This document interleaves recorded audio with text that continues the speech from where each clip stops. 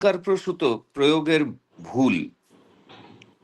यदि विरोध आ भी जाए तो सामान्यतः समझना चाहिए कि ये एरर्स ऑफ इगोइस्टिक एप्लीकेशन यानी कि अहंकार प्रेरित व्यवहार की मूल है। তুমি খুব তীব্রভাবেও বাধা দিতে পারো, বকতে পারো, কিন্তু তার সত্যিকার স্বার্থ ও মঙ্গলের দিক লক্ষ্য রেখে যদি কথা বলো, দেখবে সে হয়তো কেঁদে ফেলে তোমার কাছে ক্ষমা চাইবে। अभ्यास करते करते है। तुम बहुत तीव्रता से भी रोक सकते हो, डांट सकते हो, लेकिन यदि बात उसके वास्तविक हित और कल्याण को ध्यान में रखकर कही जाए तो देखोगे वह शायद रो भी पड़े और तुमसे क्षमा मांगे। ये अभ्यास करते करते ही आता है। हरेंदा মানুষের দোষ দর্শন অন্যায়, কিন্তু পারিপার্শ্বিকের যে দোষের দরুন আমাদের বাঁচাবারা আহত ও ব্যাহত হয় তা কি উপেক্ষা করা ভালো? अब हरिंदा और एक बहुत सुंदर प्रश्न ठाकुर जी से पूछ रहे हैं। वो पूछ रहे हैं कि मनुष्य के दोष देखना अन्याय है, लेकिन पारिपार्श्विक के जिन दोष के वजह से हमारा बचना और बढ़ना आहत और व्याहत होता है, क्या उन्हें नजरअंदाज करना अच्छा है? ना तो उपेक्षा करा संभव और ना ही उसे अनदेखा करना संभव है। যদি উপেক্ষা করে আমার উপকারও হয় তবে তার দোষ তো রয়েই গেল এবং তাতে সমাজের যে ক্ষতি তা তো হয়ই। यदि अनदेखा करने से मेरा लाभ भी है तो भी उसका दोष तो बना ही रहेगा और उससे समाज का जो नुकसान होगा वह तो होगा ही। सीसी ठाकुर दोषदर्शी हवा ও দোষের প্রতিকার করা এক কথা নয়। सीसी ठाकुर जी हरेंदा के इस प्रश्नों का उत्तर देते हुए कहने लगे कि दोषदर्शी होना और दोष का प्रतिकार करना एक बात नहीं है। যখন তুমি অনুসন্ধিৎসু হয়ে জ্ঞান চর্চা হিসাবে সায়েন্স অফ সেক্সোলজি যৌন বিজ্ঞান পড়ো তখন তোমার মনের যে অবস্থা তার প্রবৃত্তিবশে সেক্সুয়াল টপিক যৌন বিষয়ক আলোচনা যখন করো তখনকার মনের অবস্থা কি এক? ठाकुर जी एक बहुत सुंदर यहाँ पे उदाहरण देते हुए कहने लगे कि जब तुम अनुसंधित्सु होकर ज्ञानांजन के लिए साइंस ऑफ सेक्सोलॉजी यानी कि यौन विज्ञान पढ़ते हो तब तुम्हारे मन की जो स्थिति होती है और प्रवृत्तिवश जब सेक्सुअल टॉपिक यानी कि यौन विषयों पर चर्चा करते हो तब मन की स्थिति क्या एक होती है? विषय है तो एक ही, विषय शायद एक ही हो, किंतु নিজের ও পরিবেশের মনের উপর দুটোর প্রভাবের পার্থক্য কতখানি। लेकिन अपने और वातावरण के मन पर इन दोनों का प्रभाव कितना अलग होता है। তাই পারিপার্শ্বিকের দোষের স্বরূপ ও কারণ এবং তার নিরাকরণ সম্বন্ধে যখন তুমি বৈজ্ঞানিকভাবে সন্ধানে প্রবৃত্ত হও তখন তুমি দোষদর্শীর মতো ক্যারিড, প্রভাবিত ও কালার্ड रंगीन হও না। इसलिए जब तुम परिवेश के दोष के स्वरूप, कारण और उसके समाधान के बारे में वैज्ञानिक रूप से खोज करने में व्यापृत हो उठते हो तब तुम दोषदर्शी के तरह कैरिड यानी कि प्रभावित या कलर्ड यानी कि रंगे हुए नहीं होते हो। বাস্তবতা তখন তোমার উপলব্ধির মধ্যে আসে, যে যা করে তা কেন করে বুঝতে পারো, তাই তোমার অনুযোগ থাকে না, অভিযোগ থাকে না, মন উৎক্ষিপ্ত হয় না। तब वास्तविकता तुम्हारे समझ में आती है। कोई जो करता है क्यों करता है ये समझ में आ जाती है, इसलिए तुम्हारा मनोयोग या शिकायत नहीं रहती है, मन व्याकुल नहीं होता है। তখনই তুমি তাকে শ্রদ্ধাতে পারো और तभी तुम उसे सुधार सकते हो। আমার মতো সাফারার ভুক্তভোগী বোধ হয় দুনিয়ায় কম আছে। मेरी तरह सफरर यानी कि पीड़ित शायद दुनिया में कम होंगे। কত অবিচার আমার উপর হয়েছে, হচ্ছে, কিন্তু সবটার কারণ জানা আছে বলে মনে ক্ষোভ নেই। मुझ पर कितने अन्याय हुए हैं, हो रहे हैं, लेकिन उनका कारण ज्ञात होने के कारण मन में कोई आक्रोश नहीं है।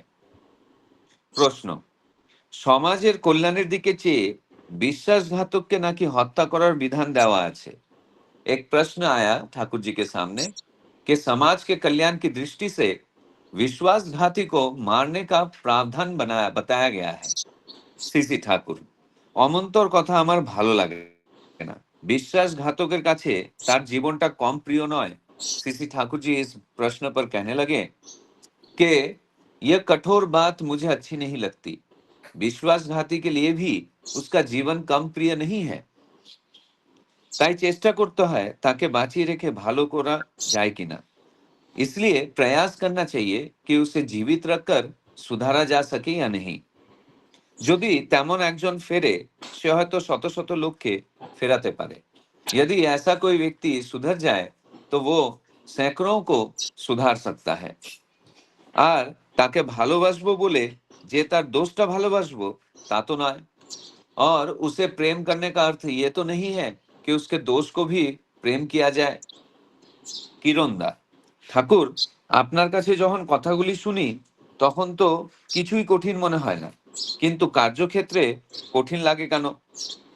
किरणदा ठाकुर जी से एक बहुत वास्तव प्रश्न पूछ रहे जो हम सभी के लिए भी प्रयोजक होता है। किरणदा पूछ रहे हैं कि ठाकुर, जब आपसे बात सुनते हैं तब तो कुछ भी कठिन नहीं लगता है, लेकिन व्यवहार में कठिन क्यों लगता है?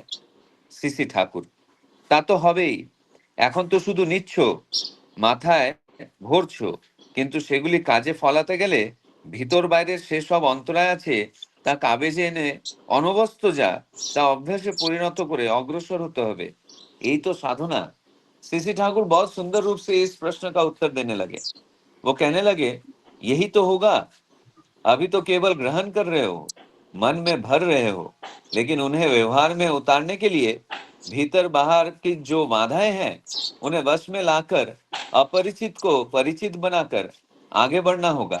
यही तो साधना है। আপস্কিল টাস্কে শক্ত কাজে ক্রমাগত এনার্জি শক্তি ব্যয় করতে হয়, আর তার জন্য চাই एनर्जी शक्ति संचय। अपफिल टास्क कठिन कार्य में निरंतर एनर्जी यानी कि ऊर्जा लगती है, और उसके लिए एनर्जी ऊर्जा का संचय चाहिए। এই সামগ্রিক চেষ্টার ভিতর দিয়ে তাপের সঞ্চার হয়, আর তাকেই বলে তপস্যা।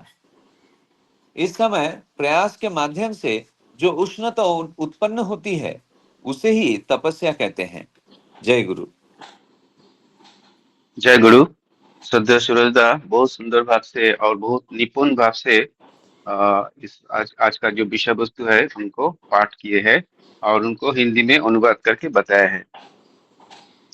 आज हमारा साथ गौरी माँ ज्वाइन किए हैं। गौरी शर्मा, गौरी शर्मा को मैं इस फोरम में स्वागत करता हूँ। जय गुरु माँ। हृदयानंदा कुछ प्रेजेंट कर रहे हैं, उनको हृदयानंदा प्रेजेंट मत करिए इधर, कुछ शायद गलती से हो गया। हाँ, हृदयानंद दादा कुछ प्रेजेंट कर रहे हैं। आप स्क्रीन बंद कर दीजिए दादा प्लीज।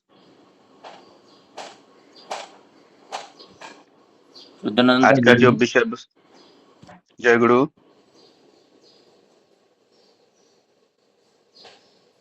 हाँ, जय गुरु दादा, धन्यवाद।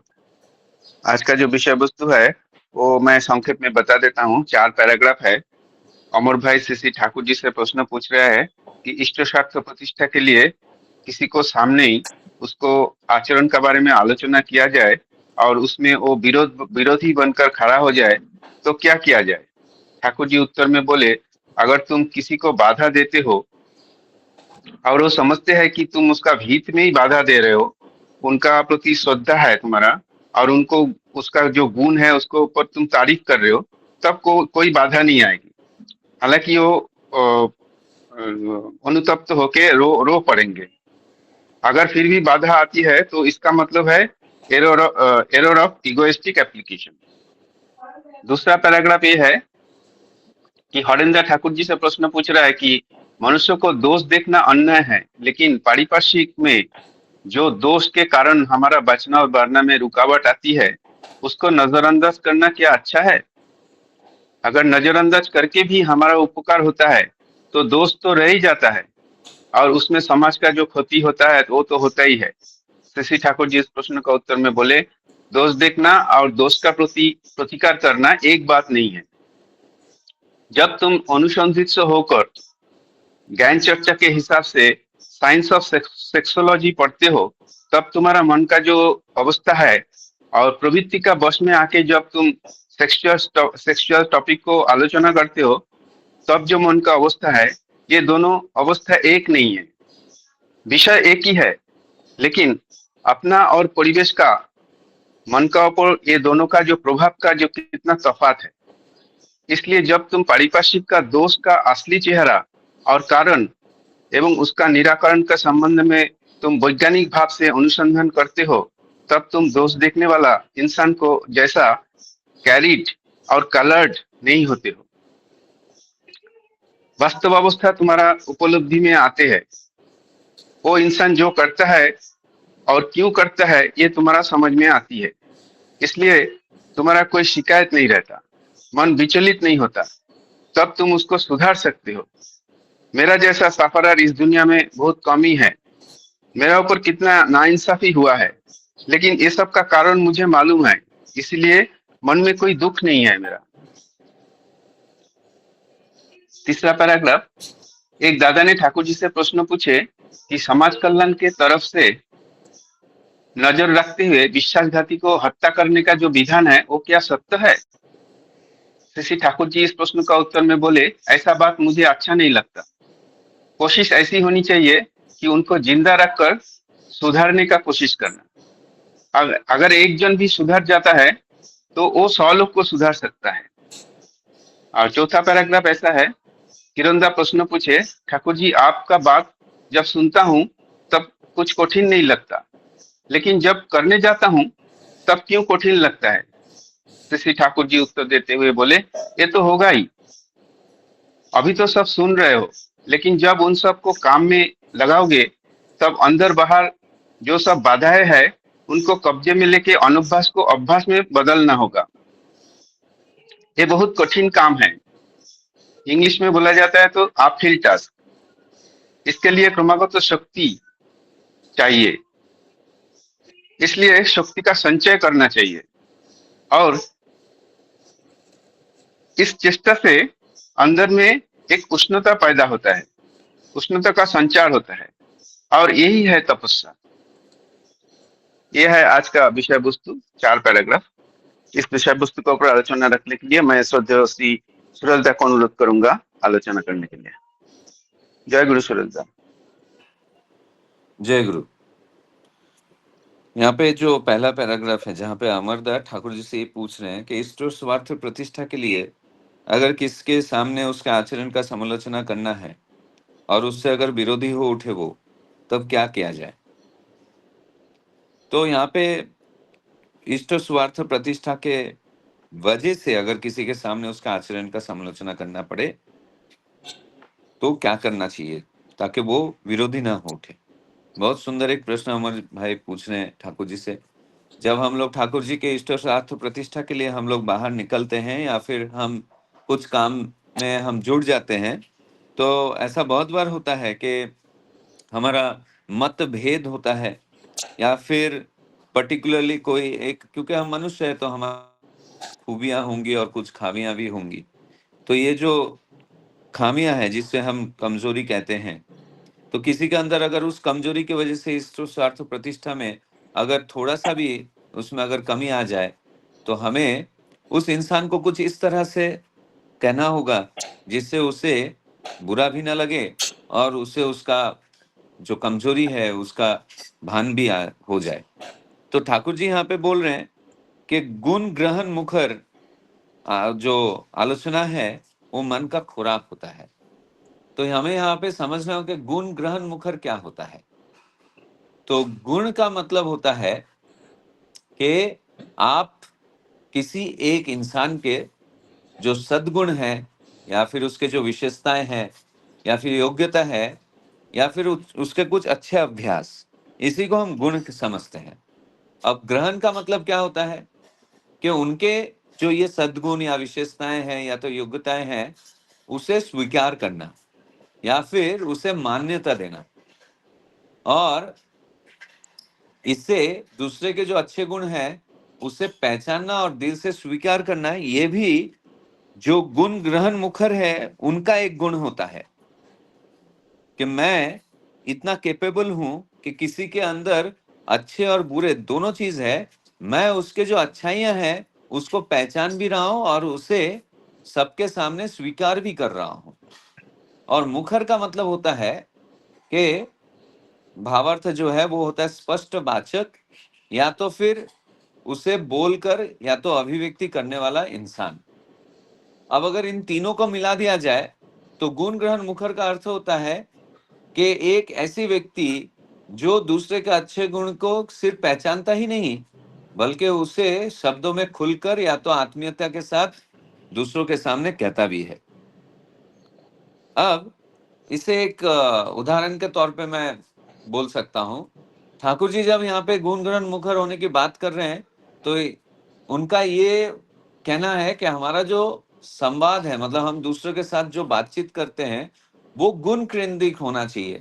और गुण केंद्रित होने के वजह से उसके अंदर जो कमियां हैं उसको हम इस तरह से उसे बताएं ताकि उसे ये न लगे कि उसको मैं तिरस्कार कर रहा हूं या फिर उसका मैं समालोचना कर रहा हूं या फिर उसका मैं गॉसिपिंग कर रहा हूं, बल्कि उसे ये महसूस होना चाहिए कि वो मेरे गुणों को भी तो कह रहा है, लेकिन उसके साथ साथ वो मुझे सुधारने का भी कोशिश कर रहा है। तो मान लीजिए कि हम सभी मिलके एक काम कर रहे हैं। एक उदाहरण के तौर पे मैं कहना चाहूंगा कि मैं और मेरे साथ और भी कोई गुरु भाई मिलके मान लीजिए कि कोई एक काम कर रहे हैं, ठाकुर जी का कोई एक काम कर रहे हैं। अब उसमें मान लीजिए कि एक एक गुरु भाई हैं जो बहुत मेहनती हैं, बहुत ही ज्यादा मेहनती है और उसका डिवोशन भी बहुत अच्छा है, लेकिन उसको टाइम मैनेजमेंट नहीं आता है सपोज। तो जो टाइम फ्रेम में हमें वो काम करके खत्म करना है, सपोज उसे उस चीज का पता नहीं है या फिर उस चीज को वो ठीक से मैनेज नहीं कर पाता है। तो यहाँ पे उसके ये गुण भी है और अवगुण भी है। गुण क्या है कि वो मेहनती है और बहुत लगन भी है, डिवोशन भी है उसके अंदर, लेकिन उसके अंदर टाइम मैनेजमेंट नहीं है। तो मुझे किस तरह से उसे कहना होगा कि अगर मुझे सुधारना है तो मुझे किस तरह से बोलना होगा। तो हम ऐसे भी बोल सकते हैं कि भाई आप बहुत मेहनत करते हैं और आपके अंदर बहुत ज्यादा लगन है जो सच में प्रशंसा के लायक है, लेकिन बस इस काम को अगर समय सीमा पे अगर कंप्लीट करना है तो आपको टाइम पे थोड़ा ध्यान देना होगा ताकि ये टाइम पे कंप्लीट हो पाए। अब सोचिए इस तरह से अगर मैं बात करता हूं तो वो उसका उसका एक्सेप्टेबिलिटी कितना होगा कि वो क्या सोचेगा, हाँ हाँ दादा सही बात बोल रहे हैं आप, मेरा टाइम मैनेजमेंट में थोड़ा कमी है। मतलब उस टाइम में वो इस बात को पॉजिटिवली ले रहा है। लेकिन इसी बात को अगर मैं इस तरह से बोलूं, अरे क्या दादा आपको टाइम का कोई ख्याल ही नहीं है, आप ये ठाकुर जी का काम ये टाइम पे खत्म करना था, आप तो समय पे काम कंप्लीट ही नहीं कर पा रहे। अब सोचिए वो इस बात को किस तरह लेगा, क्योंकि मैंने उसके गुणों को मैंने मैंने अप्रिशिएट ही नहीं किया, मैंने सिर्फ उसके अवगुणों को ही उसके सामने उजागर करके रख दिया। तो उसके ईगो हर्ट हो सकता है। इसलिए ठाकुर जी यहाँ पे क्या बोल रहे हैं, एरर ऑफ इगोइस्टिक एप्लीकेशन। तो जब मैं उसके ईगो को हर्ट करके ऐसा कुछ बात करूंगा, भले मेरा स्वार्थ ये है कि मैं उसको सुधारना चाहता हूँ, लेकिन मेरा अभिव्यक्ति जो है वो किस तरह मैं कर रहा हूँ, तो ऐसा अभिव्यक्ति नहीं होना चाहिए जिससे एरर ऑफ इगोइस्टिक एप्लीकेशन हो जाए। तो ठाकुर जी यहाँ पे जो गुण ग्रहण मुखरता की बात जो कह रहे हैं, तो उसका मूल सिद्धांत तो मुझे ऐसा लगता है कि ठाकुर जी के अनुसार सुधार सिर्फ गलती बताने के नाम पे नहीं होता है। मैं अगर ये समझता हूँ कि किसी इंसान को सुधारने का मतलब उसके गलती को बता दो, ऐसा नहीं होता है। मेरा जिम्मेदारी क्या है कि अगर किसी इंसान को मुझे सही तरीके से अगर सुधारना है तो उसे प्रेम, सम्मान और दूसरों के वास्तविक हित के ध्यान में रखते हुए हमें ये काम करना होगा, ताकि मेरा जो मन का उद्देश्य है कि मुझे उसको सुधारना है, उसमें कोई अहंग नहीं होना चाहिए। उसमें हमारे शब्द चाहे कितने भी कठोर क्यों ना लगे, लेकिन कम से कम जो सुनने वाला है उसके मन को पोषण देने लायक हो। जैसे कि मान लीजिए कि कोई इंसान का खान पान का थोड़ा मतलब गलत ढंग है, मान लीजिए कि वो फास्ट फूड ज्यादा खाता होगा या फिर ऐसा कुछ खाना खाता होगा जो ठाकुर जी के आइडियोलॉजी के हिसाब से सही नहीं है।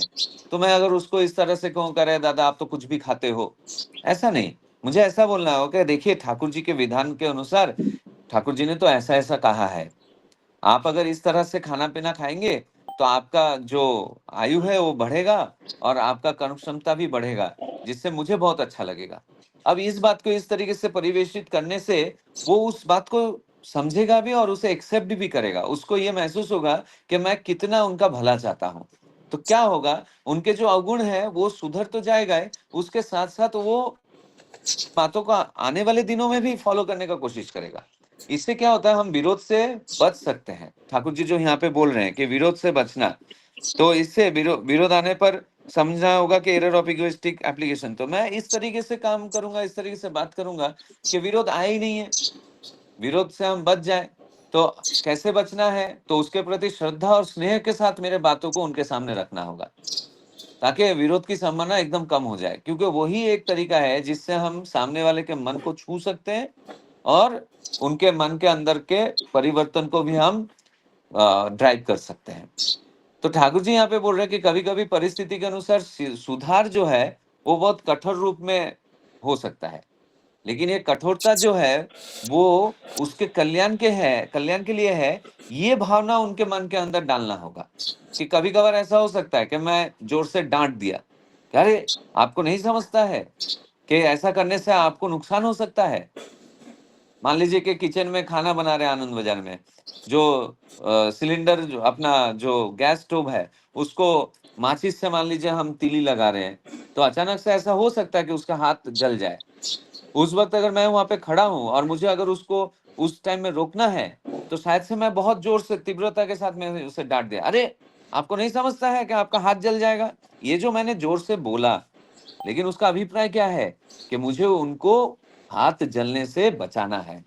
तो उस टाइम में मैं बहुत कठोरता के साथ बोल रहा हूँ, लेकिन मेरा अभिप्राय क्या है कि उसका हाथ नहीं जले। तो जब वो व्यक्ति ये समझेगा कि अरे दादा मेरे को चिल्ला रहे क्यों, ताकि मेरा हाथ नहीं जले, तो वो क्या हो जाएगा, उन्हें वो मन को छू जाएगा वो बात, उससे उन्हें गुस्सा नहीं आएगा। तो ये करने के लिए मेरे अंदर ये अभ्यास करना, मतलब कम्युनिकेशन करने का ये जो तरीका है, ये अभ्यास करना बहुत जरूरी है। क्योंकि ये बिना अभ्यास के नहीं आ सकता है। मेरे शब्दों को मैं किस तरह से लोगों के सामने प्रस्तुत करना चाहता हूँ, ये एक अभ्यास की बात होती है।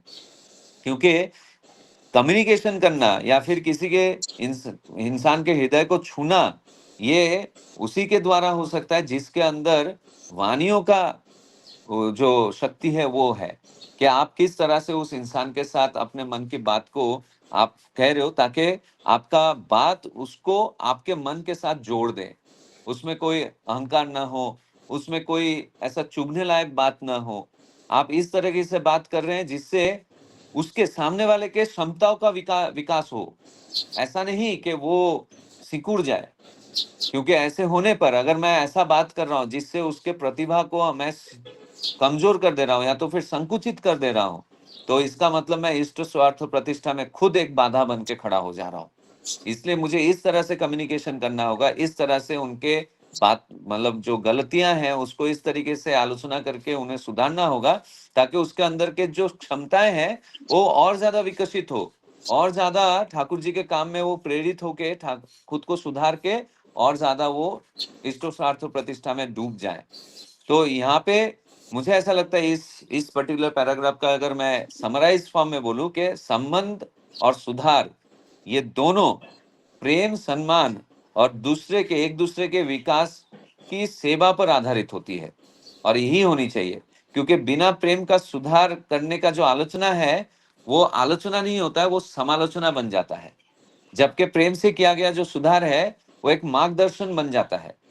उद्देश्य को जो है वो उद्देश्य क्या है कि तर्क में जीतना या फिर उसके अंदर सुधार लाना। मैं अगर ये उद्देश्य लेके चलूंगा कि मुझे तर्क में जीतना है, तो मैं कभी भी उस सामने वाले के इंसान के मन को चेंज नहीं कर पाऊंगा। लेकिन अगर मेरा उद्देश्य ये है कि उसके इस अवगुणों को दूर करके उसे और ज्यादा प्रतिष्ठित करना है, तो इसका मतलब मैं उसके मन को परिवर्तन करने में प्रेरित करने की कोशिश कर रहा हूं, और इस वजह से उसके जीवन में सुधार होगा, जो इष्ट स्वार्थ प्रतिष्ठा में और ज्यादा अनुकूल हो उठेगा। तो मुझे तो यही चीज समझ में आया, तो मैं अपने शब्दों को यहाँ पे विराम करता हूँ। जय गुरु। जय गुरु। श्रद्धा सुरदा बहुत सुंदर भाव से जो फर्स्ट पैराग्राफ है उसको आलोचना किए है। दादा ने बहुत सुंदर भाव से गुणग्रहण मुखरता को समझाया है, जो कि एक गुण केंद्रित आलोचना होता है। किसी इंसान का बारे में गुण को केंद्र करके आलोचना करना। बाद में दादा ने एरर ऑफ इगोइस्टिक एप्लीकेशन भी बताया, एक सुंदर उदाहरण देके। बहुत सुंदर उदाहरण दिया है कि बातों का ऊपर सब कुछ डिपेंड होता है। कैसे टाइम मैनेजमेंट का बारे में एक आदमी का थोड़ा कमी है तो उनको कैसे बताया जाए ताकि उसको ईगो हार्ट ना हो और वो बहुत एफिशिएंटली वो काम कर सके। वो एफिशिएंट बंदा है लेकिन उसका टाइम मैनेजमेंट में कमी है, लेकिन वो बहुत सुंदर भाव से वो काम संपन्न कर सकेगा टाइम पे। कठोरता से बोलने से भी इंसान को कुछ बुरा नहीं लगेगा अगर उसमें उनका हित छुपा हुआ है। इसका भी एक सुंदर उदाहरण दादा ने दिया है। और लास्ट में दादा ने जो बोले है, प्रेम के बिना जो आलोचना होता है वो समालोचना हो जाता है। तो कोई भी आलोचना में प्रेम बहुत जरूरी है, वो होना ही चाहिए। बहुत सुंदर आलोचना रखे दादा ने। अभी मैं आलोचना करने के लिए जो दूसरा पैराग्राफ है कि दूसरे का दोष देखना, इसका ऊपर आलोचना रख लेंगे। श्रद्धा वैशाली माँ को अनुरोध करूंगा आलोचना रखने के लिए। श्रद्धा वैशाली माँ। जय गुरु दादा, सभी को जय गुरु। जय गुरु। दादा ने बहुत सुंदर से ठाकुर की बातों को समराइज करके बताया। मैं कोशिश करती हूँ। थोड़ा सा मुझे लगता है ये पैराग्राफ बिल्कुल ठाकुर का जो मेन, बहुत सारे ठाकुर के तो मकसद है, लेकिन ये जो लगता है गौर बात जिसके लिए ठाकुर आए हैं और जिसके लिए ठाकुर प्रयास किए, वही ये बात है इस पैराग्राफ में। जो ठाकुर से जैसे बाकी पहले भी राम कृष्ण बनकर भी आए, लेकिन अब जो ठाकुर बनकर आए उनमें क्या अंतर है। राम बनकर कृष्ण बनकर आए थे धर्म की स्थापना, या उसके लिए ठाकुर बोले थे वृद्धि में बाधा बने तो वध भी कर सकते हैं, और किया भी।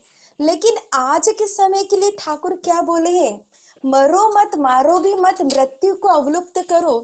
चाहे सामने वाला व्यक्ति कितना ही दोषी क्यों न हो, वो कितनी ही गलतियों से भरा क्यों न हो, लेकिन उसके बावजूद इतना बड़ा हृदय ठाकुर का ही हो सकता है कि उसे माफ करो और आगे उसको भी जीने दो, उसके लिए भी जीवन की संभावना बनाओ और वो सम्मान के साथ, सुख के साथ जी सके, ऐसा परिवेश उसको प्रदान करे, ऐसा भाव उसके प्रति भी रखे।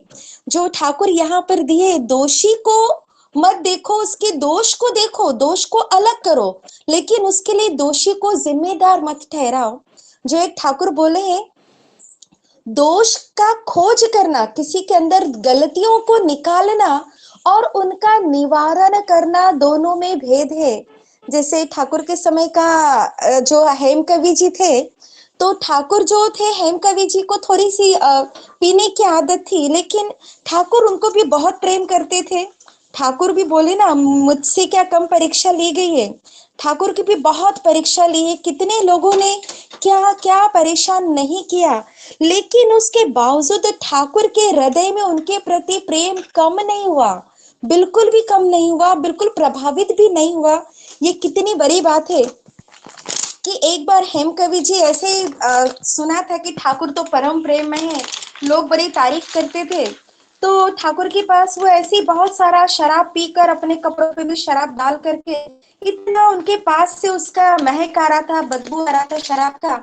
और ऐसे में ठाकुर के पास जाते हैं परीक्षा लेने के लिए, देखो कितना परम प्रेम है, देखता हूँ उसको भी। मैंने मतलब जो भी उनके अंदर कुछ कारण रहा होगा, एग्जैक्टली मैं बता नहीं पा रही, लेकिन कुछ तो आहत करने के उद्देश्य से ही वो गए थे कि वो सबको प्रेम करते हैं, देखो मैं इतना ड्रिंक करके जाऊंगा, क्या करते हैं।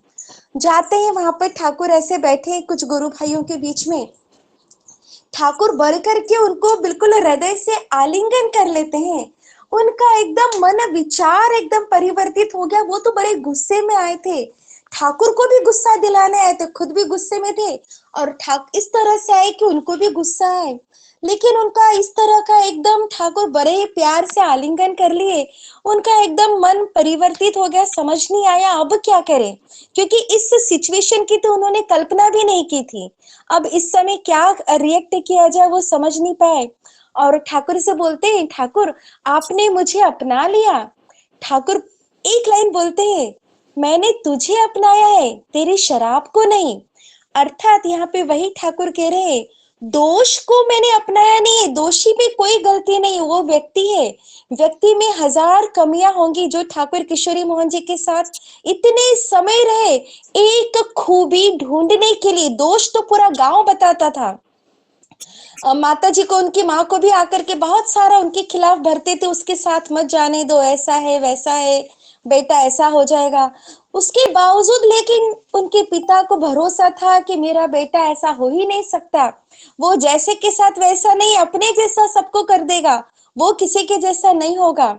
और वो उनके साथ रह करके बस एक खूबी ढूंढने के लिए पूरा समय उनके साथ लगे रहते थे कि इस बहाने वो गलत कामों से भी बचे और कुछ तो हो जिसको, जैसे कहा ना, गुण जो हर व्यक्ति अपनी प्रशंसा सुनना चाहता है, लेकिन ठाकुर झूठी प्रशंसा भी नहीं करते थे।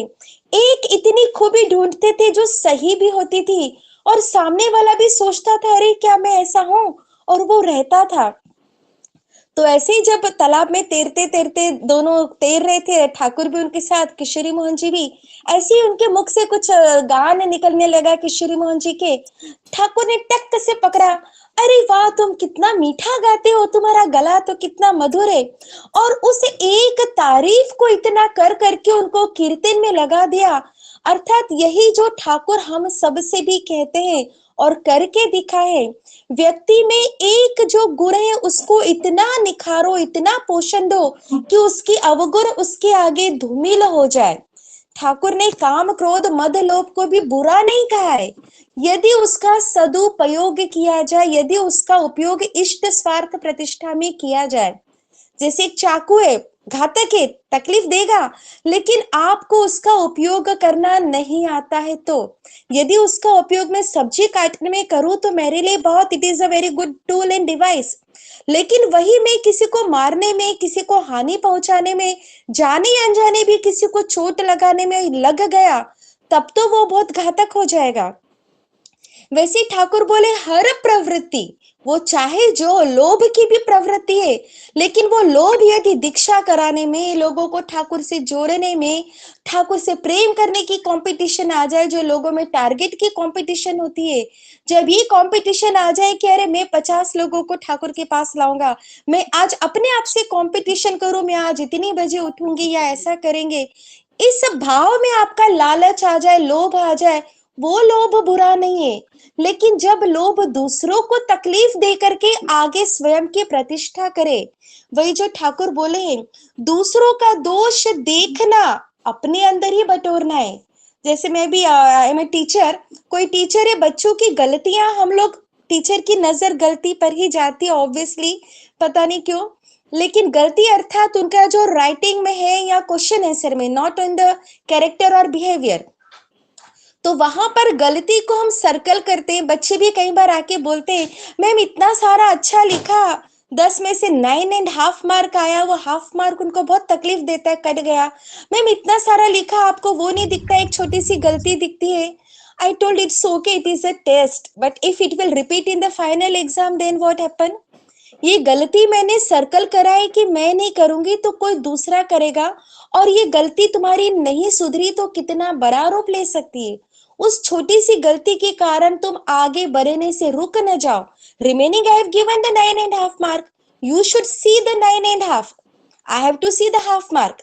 वो भी मैं उस चीज को इग्नोर नहीं किया है, लेकिन एक बार और टेस्ट दो, ये भी दोबारा रिपीट ना हो। तो बच्चे उस चीज को नेगेटिवली नहीं लेते हैं। तो दोष को देखना है, लेकिन उस नजरिए से कि मुझे उसको दूर करना है। कपड़े में दाग है तो हम देखते हैं, लेकिन उसको साफ करने के लिए, उसको हाईलाइट करके दूसरों के आगे पब्लिक करने के लिए नहीं। हर व्यक्ति में, हमारे अंदर भी बहुत दोष है, मुझ में भी बहुत दोष है, लेकिन जब कोई मेरे मुंह पर मेरी बुराई करेगा तो थोड़ा पारा चढ़ जाता है। लेकिन जब हम अपने बच्चे की भी तारीफ भी करते हैं लेकिन बुराइयां भी करते हैं, मैं उसको प्यार करती हूँ, उसके साथ कभी कभी फटकार भी देती हूँ, तो वो गुस्सा भी होता है लेकिन छोड़ के नहीं जाएगा, वो बुरा नहीं लेते, लगता है हो गया, उस चीज को खत्म करेगा और रियलाइज करता है थोड़ी देर बाद कि हाँ ये मेरी गलती थी, ऐसा नहीं करना चाहिए। लेकिन वो सबके बीच उस बात को ना बोला जाए। वो क्लास में भी कुछ बच्चों की हरकतें ऐसी होती है जो बाहर के बाकी बच्चे लोग उसको तमाशा बनाते हैं, आजकल तो मोबाइल में वीडियोस बना करके थोड़ी सी हरकत को दिखाते हैं। जिस चीज के बारे में चर्चा करेंगे वो ज्यादा बढ़ती है, इसीलिए ठाकुर बोले बुराइयों की भी चर्चा करेंगे तो बुराई का निवारण हो ही नहीं पाएगा। उसका निवारण करना है तो एकमात्र उसको नजरअंदाज करके। लेकिन नजरअंदाज कैसे किया जाए? ताकि उसको उस चीज से डाइवर्ट किया जाए, चैनल चेंज कर देते हैं, हम भूल जाते हैं। व्यक्ति में भी दोष ऐसे संस्कारवश रहते हैं, हमें भी है, जो मैं भी चाहकर बहुत आसानी से दूर नहीं कर पाते। लेकिन एक बात जो यहाँ पर दादा बोल रहे थे ठाकुर को कि बहुत मुश्किल लगता है लेकिन आपके पास आने पर एकदम सरल लगता है। और वाकई में ठाकुर को लेने के बाद मुझे भी बहुत सारी बातें इतना असंभव बातें संभव लगती है और हुई है।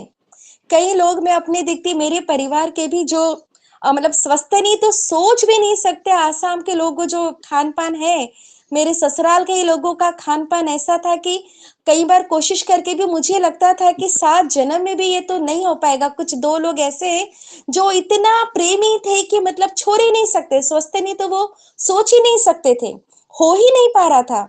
लेकिन फिर भी मैं देखी हूँ ठाकुर को लेकर के वो भी हुआ है। आज पूरा परिवार स्वस्थ नहीं है बिकॉज ऑफ ठाकुर। कि हाँ, ठाकुर को लेकर कोई भी कार्य असंभव नहीं है।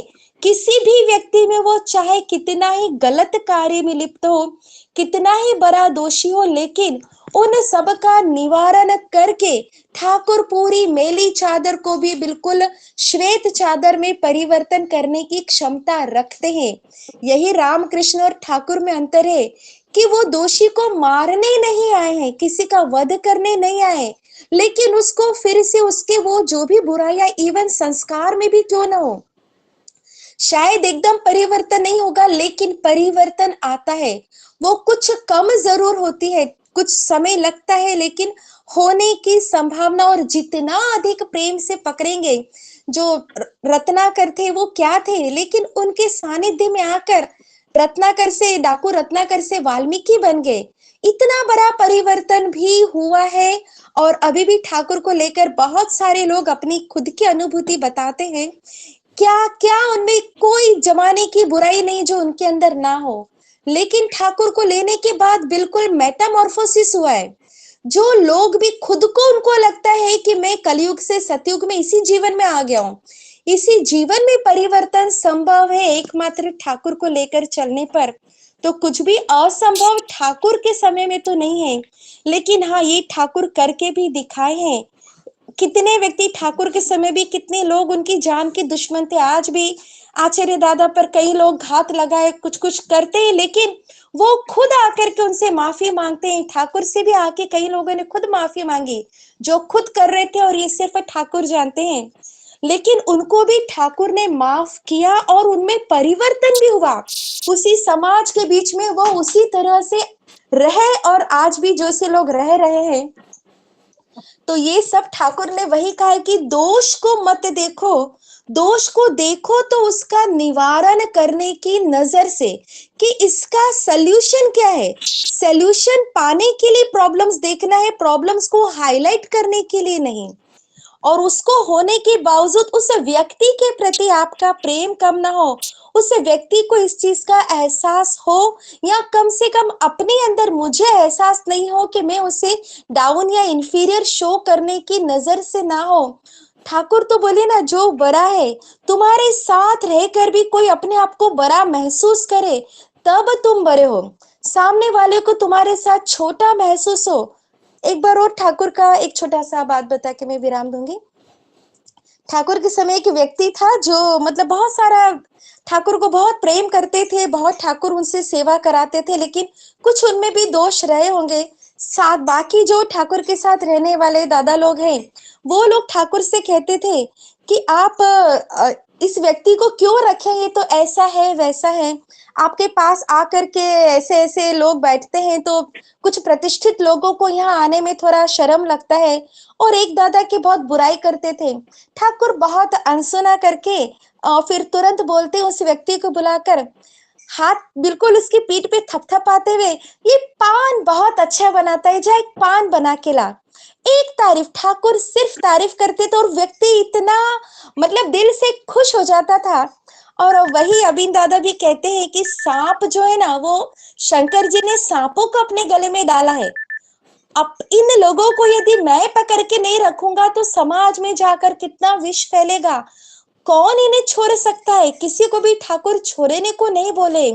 तुम यदि वाकई में धर्मी हो, वाकई में ठाकुर प्रेमी हो, तुम्हारी संगत में आने पर उसका हृदय परिवर्तन नहीं हुआ, जय गुरु माँ। तुम ठाकुर के प्रेमी हो ही नहीं सकते।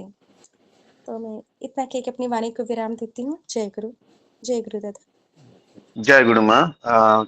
अभी श्रद्धा वैशाली माँ बहुत सुंदर भाव से विषय वस्तु का आलोचना किए है। ठाकुर जी जो बोले हैं, दोषी को माफ करो लेकिन दोष को नहीं, और दोषी को सुधारने का कोशिश करो। और जब दोषी को सुधारने का कोशिश करोगे तब उसको तुम कैरीड अवे नहीं हो जाएंगे, तुम उसका रंगीन रूप से नहीं देखेंगे। उनको सुधारने के लिए आप वैज्ञानिक दृष्टिभंगी से अनुसंधित सा करो। ठाकुर जी का प्रति भी बहुत सारे अन्याय हुए हैं, लेकिन ठाकुर जी उसका कारण जानते थे, इसीलिए ठाकुर जी का मन में कोई दुख नहीं थे। वैशाली माँ ने हेम कवि का भी उदाहरण दिए है, बहुत सुंदर भाव से उदाहरण देके उन्होंने समझाया है। ठाकुर जी बोले, ठाकुर जी को लेके कोई भी बात असंभव नहीं है, ये बात भी माने बोले है। सभी बात संभव है ठाकुर जी को लेके चलने से। तो बहुत सुंदर आलोचना रखे है माँ ने। अभी आलोचना को आगे बढ़ाती है मैं श्रद्धेय विजय कुमार दा को अनुरोध करूंगा आलोचना रखने के लिए। विजय दा, मैं आपको हिंदी दृष्टि भेजा हूँ, थोड़ा लेट हुआ, आप रेफर कर सकते हैं। जय गुरु दादा। जय गुरु।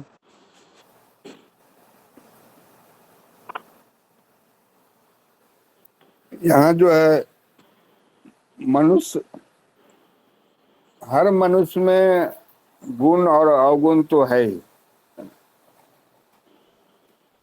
ये पहले समझना होगा कि हम में भी गुण अवगुण है और सामने जो भी है हमारे सभी में गुण अवगुण है। तो यहाँ पर क्योंकि ठाकुर जी जो बोले हैं, जो दोष देखने की बात है, तो जो है दूसरों में दोष को सुधारने की बात है। तो दोषी को नहीं देखना है, उसके दोष को देखना है और उस दोष को कैसे बाहर करना है उससे। और उनको हम जो है छोड़ भी नहीं सकते हैं, है ना। जो यहाँ पर प्रश्न है उसको छोड़ दूं क्या, या उसको जो है यहाँ पर जो क्वेश्चन है कि उनको जो है मार दूं क्या, ऐसा नहीं है ना। क्योंकि यहाँ पर इस जो है अभी मारने की बात ही नहीं है, क्योंकि ठाकुर जी से क्वेश्चन हुआ था कि जो श्री राम आए तो जो है रावण का वध किए, कृष्ण आए कंस का वध किया, आप किसके लिए आए? तो बोले कि इस बार मैं बचाने आया हूँ, क्योंकि इस बार जो है मारने की जो है काम जो है प्रकृति करने वाली है। इस बार जो ज्यादा से ज्यादा हमें बचाने का काम है, इसलिए जो है हमें जो है ठाकुर जी के उद्देश्य को पूरा करने के लिए ही जो है जो कैसे लोगों का दोष दूर हो, कैसे उसको ठाकुर के रास्ते पे लाया जाए, सही रास्ते पे लाया जाए, वही सोचना है। तो अभी जो दादा माँ लोगों ने बहुत सारी बात तो किया है उन्होंने, तो लास्ट में जो है यहाँ पर मैं बात करता हूँ, ठाकुर जब आपकी बातों को सुनता हो तब कुछ भी कठिन नहीं लगता, लेकिन कार्य क्षेत्र में यही बातें कठिन लगती है। सुनने में तो बहुत अच्छा लगता है, हम लोग रोज आलोचना प्रसंग सुनते हैं, यहाँ पर बहुत बहुत अच्छा लगता है। वैसी को इम्प्लीमेंटेशन की जो बात आती है, और इम्प्लीमेंटेशन तो ठाकुर बोल रहे हैं कि जो अपने घर से ही चालू करना है ना। घर में ही जो है जो फैमिली है उसमें भी जो है सभी के अलग अलग वैशिष्ट होते हैं, सभी के अलग अलग गुण अवगुण होते हैं। तो यहाँ पर जैसे हमारे घर में ही बच्चे ही है, मान लिया हस्बैंड है, वाइफ है, उसमें ही एक दूसरे को दोष निकालते रहते हैं हम लोग। तो उसमें ही देखना है कि जो किसमें क्या गुण है, उस गुण को कैप्चर करना है, उस गुण को प्रश्रय देना है, उस गुण को जो है आगे लाना है। तो उस गुण को जब आगे लाएंगे, प्रश्रय देंगे, उनकी सराहना करेंगे, तो ऑटोमेटिक जो है वो उस मनुष्य में वो बातें निखर के आएगा। कोई सब आदमी सब काम तो कर ही नहीं सकता है, तो उसमें जो वैशिष्ट है उसको ला करके जो है बाहर करना है। और धीरे धीरे काम, कोई फास्ट मैजिक नहीं होने वाला है दोष को दूर करना है। वो बहुत धीरे स्लो प्रोसेस होगा, बहुत स्लो प्रोसेस में उसको जो, जैसे मान ली किसी में दोष है, जैसे अभी बात हो रही थी खान पान का ही दोष है, किसी का चाल चलन का दोष है, किसी का व्यवहार का दोष है। जैसे हम स्टूडेंट लाइफ में ही देखते हैं, अपने शैक्षणिक लाइफ में स्टूडेंट के पास जो है हर स्टूडेंट का अलग अलग वैशिष्ट होता है, क्वालिटी होती है। तो जैसा जो स्टूडेंट्स है उसको उस क्षेत्र में ही यूज करना चाहिए, है ना। किसमें क्या क्वालिटी है, जो एकदम पढ़ने में अच्छा है तो उसको हम लोग अप्लाई कर देते हैं, रिसर्च के फील्ड में कर देते हैं, या जो उससे रिलेटेड जो वर्क है उसमें कर देते हैं। जो स्पोर्ट्स में अच्छा होता है उसको स्पोर्ट्स में यूज करते हैं। इससे उनका जो है करना है, और उसी से जो है दूसरे जो दोस्त हैं उसको उसमें भी सहायता करना है कि ठीक है तुम स्पोर्ट्स में अच्छा हो लेकिन थोड़ा पढ़ाई भी करना है, क्योंकि बैलेंस रूप में जाना पड़ेगा। तो यहाँ पर जो ठाकुर बोले यह तो होगा ही, अभी तो केवल ले रहे हो, सिर में भरे रहो, तो ये तो होना ही है। लेकिन अपने को ध्यान में लेके चलना है कि जो ठाकुर जी जो बोले हैं उसको हर हमेशा सिर में भरे रहो। मैं ठाकुर जी की बात को जो अपने अंदर जो है लाना पड़ेगा, तभी हम दूसरे को दूर कर सकते हैं। लेकिन उन्हें जब काज में परिणत करना होगा, तब जो भीतरी और बाहरी बाधाएं हैं उन्हें वश में लाकर, जो अब तक अनभ्यस्त हैं, तो जो जब काज करने जाएंगे उसमें जो बाधा आएगी तो उनको जो है कंट्रोल में करना पड़ेगा अपने को, और कंट्रोल में रहकर दूसरों के दोष दृष्टि को दूर करना पड़ेगा। उसे अभ्यास में लाकर आगे बढ़ना होगा, यही तो साधना है। तो ठाकुर जी बोल रहे हैं कि इतना इजी काम नहीं है, लेकिन यही साधना है ना। होता है ना, करत करत अभ्यास के सरस्वती हो सुहान, तो उसको ऑलवेज अभ्यास में लाएंगे, धीरे धीरे जो करेंगे तो काम। अपहिल टास्क, कठिन कार्य में लगातार एनर्जी खर्च होती है, और उसके लिए चाहिए एनर्जी, ऊर्जा संचय। तो उसके लिए जो अपने में पहले ऊर्जा लाने पड़ेगी। तो दूसरों को दोष देखते हैं तो हम ही सही हैं, पहले हमें उसके लिए ऊर्जा लाने के लिए जो है हमको ही जो है पहले जो ऊर्जा लाने का मतलब मैं यहाँ समझ रहा हूँ कि खुद में ही जो पहले जो ठाकुर जी बोले, खुद ही नाम ध्यान पर ज्यादा हमें ध्यान देना पड़ेगा, तभी हमारे अंदर ऊर्जा आएगी और दूसरों को दोष जो है निकालने में प्रयास। इस समय प्रयास से जो उष्मा उत्पन्न होती है उसी को तपस्या कहते हैं। तो इस समग्र प्रयास से जो उष्मा उत्पन्न होती है उसी को तपस्या कहते हैं। तो ये जो प्रयास करना पड़ेगा उसके लिए जो है खुद में ऊर्जा लाना पड़ेगा। मतलब ऊर्जा लाने का मतलब यही समझ रहा हूँ मैं यहाँ पर कि जो पहले हमें ही जो है ठाकुर के रास्ते पर चलना पड़ेगा, और जो नाम ध्यान ज्यादा करेंगे तभी जो है दूसरे की समस्या को हम सुलझा सकते हैं। तो इतना ही मुझे समझ में आ रहा दादा। जय गुरु। जय गुरु। श्रद्धेय विजयदा बहुत सुंदर भाव से विषय वस्तु को आलोचना किए है। हम तो दादा ने बोला हम तो डेली सुनते हैं, आलोचना प्रसंग को डेली सुनते हैं, सुनने में अच्छा भी लगता है, लेकिन जब तक हम उसको इम्प्लीमेंट नहीं करेंगे अपना जीवन में तब तक उसका कोई मतलब नहीं बनता है। तो सुनने में यही बात एक दादा ने पूछे है कि नंदा ने कि हम जो जब सुनते हैं तब तो बहुत कठिन नहीं लगता है, लेकिन जब करने जाते हैं तो बहुत कठिन लगता है। तो ठाकुर जी बोले ये होगा ही, क्योंकि तुमको अभ्यास में परिणत तो करना पड़ेगा। ये कठिन काम है, अपहिल टास्क है, लेकिन जब तक तुम उसको जो बाधाएं है उसको कंट्रोल करके वो सबको कब्जे में लेके जब तक अभ्यास करेंगे तब वो सहज हो जाएगा। इसीलिए काफी एनर्जी का जरूरत पड़ता है। और वो एनर्जी दादा ने बोला एनर्जी जो है हम ठाकुर के पथ में चलेंगे तो एनर्जी ऑटोमेटिक आएंगे। नाम ध्यान करेंगे, इष्ट भीति करेंगे, जो जो करना है वो करेंगे तो हमको वो एनर्जी अपने आप आएंगे और हमें हमारा बॉडी के अंदर एक हीट जनरेट होगा। और यही तपस्या है। तपस्या कठिन ही काम है एक्चुअली। वो पवित्र को कंट्रोल करना है, सब तपस्या है, तो अपहिल टास्क है। तो यही बात दादा ने आलोचना किया है, बहुत सुंदर लगा दादा ने। अभी सभी दादा माँ ने बहुत सुंदर भाव से सभी विषय वस्तु का आलोचना किया है। अभी मैं श्रद्धा शशिता को अनुरोध करूंगा 5 मिनट में इसको समराइज करने के लिए। जय गुरु दादा। जय गुरु। कल हम तप उपासना और वंदना का ठाकुर जी डेफिनेशन दे रहे थे। आज ठाकुर जी यहाँ पर बताए मनुष्य का, जैसे 2-3 चीज मैं हाईलाइट करूंगा इधर। जे ठाकुर जी बोलते हैं सब कुछ संभव है अभ्यास से। अभी हमारा जो अभ्यास हम करते हैं डेली, हमारे दैनंदिन चर्चा, वो अभ्यास ही आपको आध्यात्मिक जीवन ऊपर लेके जाएगा। कल भी एक व्यक्ति मुझे बोला शशिदा आपका औरा मंडल बहुत स्ट्रांग है। मतलब कैसे ना, मैं कल 12 बजे तक जो सिगरेट पी रहा था, सुबह 3 पी रहा था, इवनिंग में 3 पी रहा था, तो मैं कभी आज तक 3 सिगरेट बिना पी के नहीं रुक पाया।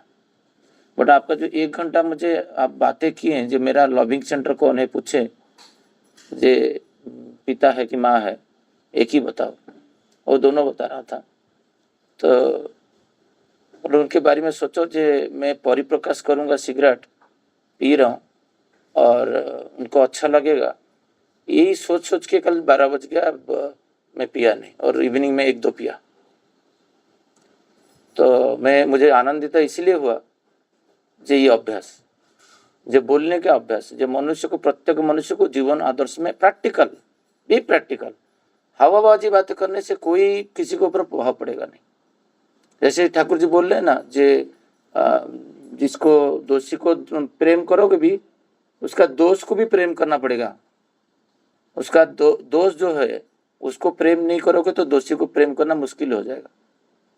वो बोलते हैं ना, दोषी को प्रेम करो और उसका दोष को घृणा करो, उससे कभी भी दोषी को प्रेम नहीं कर सकते हो। ठाकुर जी का आइडियोलॉजी सबसे बड़ा इवोल्यूशन आइडियोलॉजी जो दिए हैं, ये आइडियोलॉजी कभी मतलब सुने नहीं होंगे। बट आलोचना करते करते हम क्या बोलते हैं, अभी जिस दोषी को प्रेम करो उसका दोष को घृणा करो, कभी हो ही नहीं पाएगा। दोनों को प्रेम करना पड़ेगा। मेरा वास्तविक अनुभूति से मैं बोलूंगा, क्योंकि वही बुक्स में लिखा हुआ है। जब तक प्रैक्टिकल नहीं है, वो हेम कवि का जो बातें हो रहा था, माँ बोल रहे थे, बट मेरा जीवन में हेम कवि कौन है? ये व्यक्ति दारू पी के 3 दिन से उठा नहीं। कॉल आया एक कर्मी का, तो मैंने चले बात करते हैं। मैं देखा तो पूरा नेगेटिव में भरा हुआ है घर। ऊर्जा जो है, एनर्जी जो है, वो पूरा घर में, पूरा वातावरण अशांत है, सब शोकाकुल है, कोई मृत्यु हो गया घर पे, उस टाइप का माहौल है। वो माहौल में मैं जाजन कर रहा हूँ आधा घंटा तक, कोई प्रभाव नहीं आ रहा। वो व्यक्ति को उठा के गाड़ी में बिठाया, नहा धो के घर पे लेके आया। दारू को प्रेम नहीं करूंगा, वो पी रहा है, मुंह से स्मेल आ रहा है, बोलूंगा वो व्यक्ति को प्रेम करूं, हो ही नहीं पाएगा, असंभव है। गाड़ी में भी उसका ऑरा है, स्मेल भी आ रहा है, कोई टेंशन नहीं। तो उसको लेके घर पे जब आया, घर पे 4 दिन 5 दिन 7 दिन तक वेजिटेबल आया नहीं, कोई काम में व्यस्त था मैं। तो घर पे भी पत्नी का कोई आक्रोश नहीं मेरे ऊपर, जे तुम मुझे बिना पूछ के किसी को लेके घर पे आ जाते हो, घर पे क्या है क्या नहीं है पूछ नहीं रहे हो, आप बोलो खाना बना दो। कोई रिप्लाई ऐसा नहीं आया। घर पे जब आके पहुंचा, घर पे डोसा और बैंगन का फ्राई बना हुआ, और जो दारू पीने वाला वो व्यक्ति को बैंगन पसंद नहीं। और करेंगे क्या? वो खा ही नहीं रहा क्योंकि उसको खाद्य उसका अंदर जा ही नहीं रहा। काफी दिन से खाद्य नहीं खाया, खाली दारू पी रहा। एक ही मात्र अस्त्र है वहां पर, प्रेम। आलोचना तो कर ली, बट जो प्रैक्टिकल जो आता है, जब समस्या ना, वो व्यक्ति को मैं गला नहीं लगा सकता हूँ। वो दारू वाला को मैं गले लगा सकता हूँ जैसे ठाकुर जी लगाए थे? मेरे लिए कठिन हो जाता है। जो लास्ट वाला क्वेश्चन है, सुनता हूँ तो अच्छा, बट जब करने जाता हूँ कठिन हो जाता है। वो होता है अभ्यास करना पड़ेगा। फिर मैं वाइफ को बोल रहा हूँ, तुम एक जो इमली का चटनी है, मैंगो का चटनी है, नहीं तो थोड़ा खरा चटनी है, घर पे सब बनता है, ये डिफरेंट टाइप चटनी उसको बोल रहा हूँ। फिर बोला नहीं, हाँ मुझे चटनी दो। जैसे बच्चा 2 साल का बच्चा चाट चाट के खाता है, वो मेरे सामने खा रहा है, और मेरा आनंद, मेरा शरीर में एक उद्दीपना आ रहा है। व्यक्ति को बचाने का प्रयास बुक्स में तो है। 1000 बुक्स पढ़ोगे क्या होगा? कल एक मैडम मुझे बोल रहे थे, मैं 365 बुक्स पढ़ लिया 2 साल में। हमारे एक ट्रेनर थे, बोले हुआ है क्या आपका? मैं खाली जान लिया, सेंसरी नर्व डेवलप हो गया। कर्मो भाई, मोटर नर्व एकदम, वो व्यक्ति भी, उसका भी कुछ होने वाला नहीं। यहाँ पर श्री ठाकुर जो बातें बोले, जे डू अभ्यास करो, उपासना करो, मतलब तुम्हें जो बोल रहा हूँ उसको चरित्र में, मतलब भी प्रैक्टिकल बनो। और लास्ट को श्री ठाकुर बोल रहे हैं, ये सब कुछ होगा केवल ही केवल प्रेम से। और दोषों दोष्टि होना और दोष को निराकरण करना एक ही बात नहीं है। श्री ठाकुर